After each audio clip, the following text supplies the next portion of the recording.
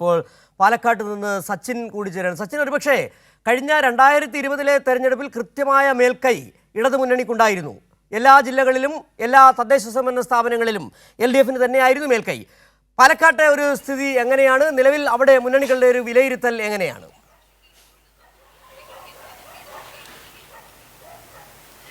തീർച്ചയായും സിജു, പാലക്കാട് ഒറ്റ നോട്ടത്തിൽ കഴിഞ്ഞ തവണ തന്നെ വലിയ രീതിയിൽ ചെങ്കോട്ടയായി മാറിയ ജില്ലയാണ് പാലക്കാട് ജില്ല. പല തദ്ദേശ സ്ഥാപനങ്ങൾ, അതായത് പ്രധാനമായും ജില്ലാ പഞ്ചായത്ത് തന്നെ നമ്മൾക്ക് എടുക്കാം.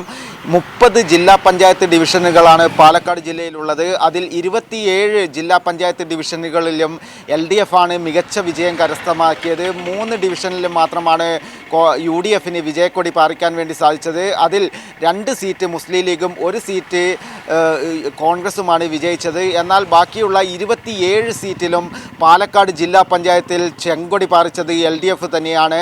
മറ്റൊരു പ്രധാനപ്പെട്ട കാര്യം, ഇത്തവണ 30-ൽ നിന്ന് 31 ഡിവിഷനുകളായി പാലക്കാട് ജില്ലാ പഞ്ചായത്ത് ഡിവിഷനുകൾ മാറിയിട്ടുണ്ട്. വാർഡുതല പുനർനിർണയത്തിൻ്റെ ഭാഗമായിട്ടാണ് ഇത്തരത്തിലൊരു പുതിയൊരു ഡിവിഷൻ കൂടെ പാലക്കാട് ജില്ലാ പഞ്ചായത്തിൽ രൂപീകരിച്ചിട്ടുള്ളത്. അത് പൊൽപ്പുള്ളി ഡിവിഷനാണ്. പാലക്കാട് ചിറ്റൂർ മണ്ഡലത്തിൽ പെടുന്ന പൊൽപ്പുള്ളി ഡിവിഷനാണ് പുതുതായി രൂപീകരിച്ചിട്ടുള്ളത്. മറ്റ് നഗരസഭകളെ എടുത്ത് പരിശോധിക്കുമ്പോൾ പാലക്കാട് ജില്ലയിൽ 7 നഗരസഭകളാണ് ഉള്ളത്. അതിൽ 5ഇടത്തും LDF ആണ് ഭരിക്കുന്നത്.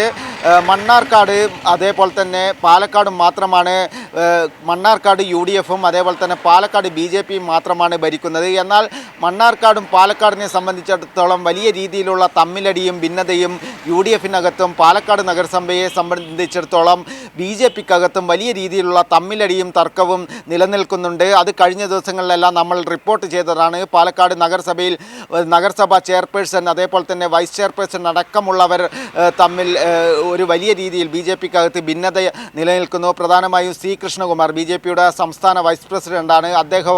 അദ്ദേഹത്തെ അനുകൂലിക്കുന്ന ജില്ലാ പ്രസിഡന്റ് പ്രശാന്ത് ശിവൻ, അതേപോലെ തന്നെ C. കൃഷ്ണകുമാറിൻ്റെ ഭാര്യ മിനി കൃഷ്ണകുമാർ തുടങ്ങിയവരുടെ നേതൃത്വത്തിലുള്ള ഒരു സംഘമാണ് BJPക്കകത്ത് വലിയ രീതിയിലുള്ള വിഭാഗീയ പ്രവർത്തനങ്ങൾ നടത്തുന്നത് എന്ന് പാലക്കാട് നഗരസഭാ ചെയർപേഴ്സൺ അടക്കം സംസ്ഥാന നേതൃത്വത്തിന് പരാതി നൽകിയിട്ടുണ്ട്. വലിയ രീതിയിലുള്ള തമ്മിലടിയാണ് BJPക്കകത്ത് നിലനിൽക്കുന്നത്. അത് സീറ്റ് വിഭജനവുമായി ബന്ധപ്പെട്ടുകൊണ്ട് ഒക്കെ പുറത്തേക്ക് വരുമെന്ന കാര്യത്തിൽ സംശയമില്ല. പാലക്കാട് ജില്ലയെ സംബന്ധിച്ചിടത്തോളം ജില്ലയിൽ 13 ബ്ലോക്ക് പഞ്ചായത്തുകളാണുള്ളത്. അതിൽ 11ഇടത്തും LDF ആണ് ഭരണത്തിലുള്ളത്. 2ഇടത്ത് മാത്രമാണ് UDF ഭരണത്തിലുള്ളത്.